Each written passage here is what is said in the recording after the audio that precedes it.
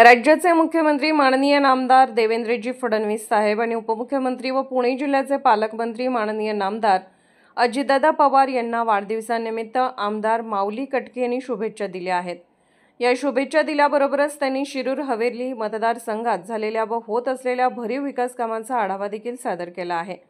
आगामी 5 वर्षासाठी वाहतूक कोंडीतून मुक्तीचा संकल्प आमदार माऊली आबा कटके यांनी सांगितले की येणाऱ्या काळात अजितदादांच्या मार्गदर्शनाखाली शिरूर हवेली मतदारसंघात प्रचंड विकास होणार असून नागरिकांना वाहतूक कोंडीमुक्त रस्त्याची सुविधा देण्यासाठी आम्ही कटिबद्ध आहोत। प्रमुख विकास कामे व निधी मंजुरीचे तपशील। पुणे ते शिरूर 54 किलोमीटर उन्नत मार्गासाठी 7,515 कोटी रुपयांचा निधी मंजूर। तळेगाव ते चाकण 25 किलोमीटर 4 पदरी उन्नत मार्गासाठी 6,499 कोटी रुपये खर्च अपेक्षित। हडपसर ते यवत 6 पदरी रस्ता 5,262.36 कोटी रुपये निधी मंजूर। पुणे मेट्रो टप्पा 2 अंतर्गत रामवाडी ते वाघोली विठ्ठलवाडी कॉरिडॉर 2 ला मागील मंजुरी। शिरूर हवेली मतदारसंघातील विविध प्रकल्पांसाठी 40,08,46,000 रुपये मंजूर।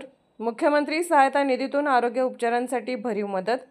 पुणे महानगर विकास प्राधिकरण अंतर्गत गावांच्या विकासासाठी 2,000 कोटीपेक्षा अधिक निधी मंजूर।